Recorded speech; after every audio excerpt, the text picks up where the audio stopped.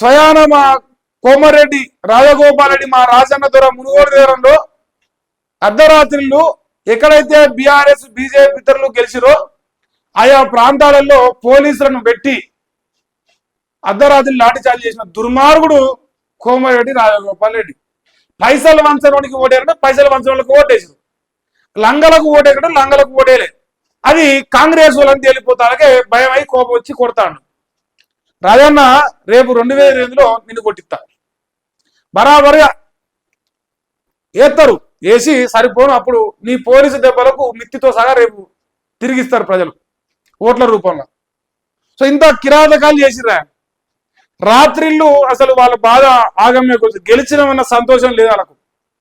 ఎందుకంటే కాంగ్రెస్ రాజధాని ఓడిపోయారు కదా, ఓటమి పాల ఇజ్జతి పోయింది కాబట్టి ఆ ఇజ్జతి కోపాన్ని పోలీసుల ద్వారా ప్రదర్శించారు. నిజమన్నా చూసినాం కదా, రాళ్లతో కొట్టుడు, నిప్పు కర్రలతో కొట్టుడు, సంపుడు, నోట్ల ఉత్సవ ఓసి కొట్టుడు, ఎన్ని కిరాతకాలు చేసారు. ఎన్ని కిరాతకాలు చేసినా కుక్కలు లేకలే, గ్రామాలలో కుక్కలు లేకలే.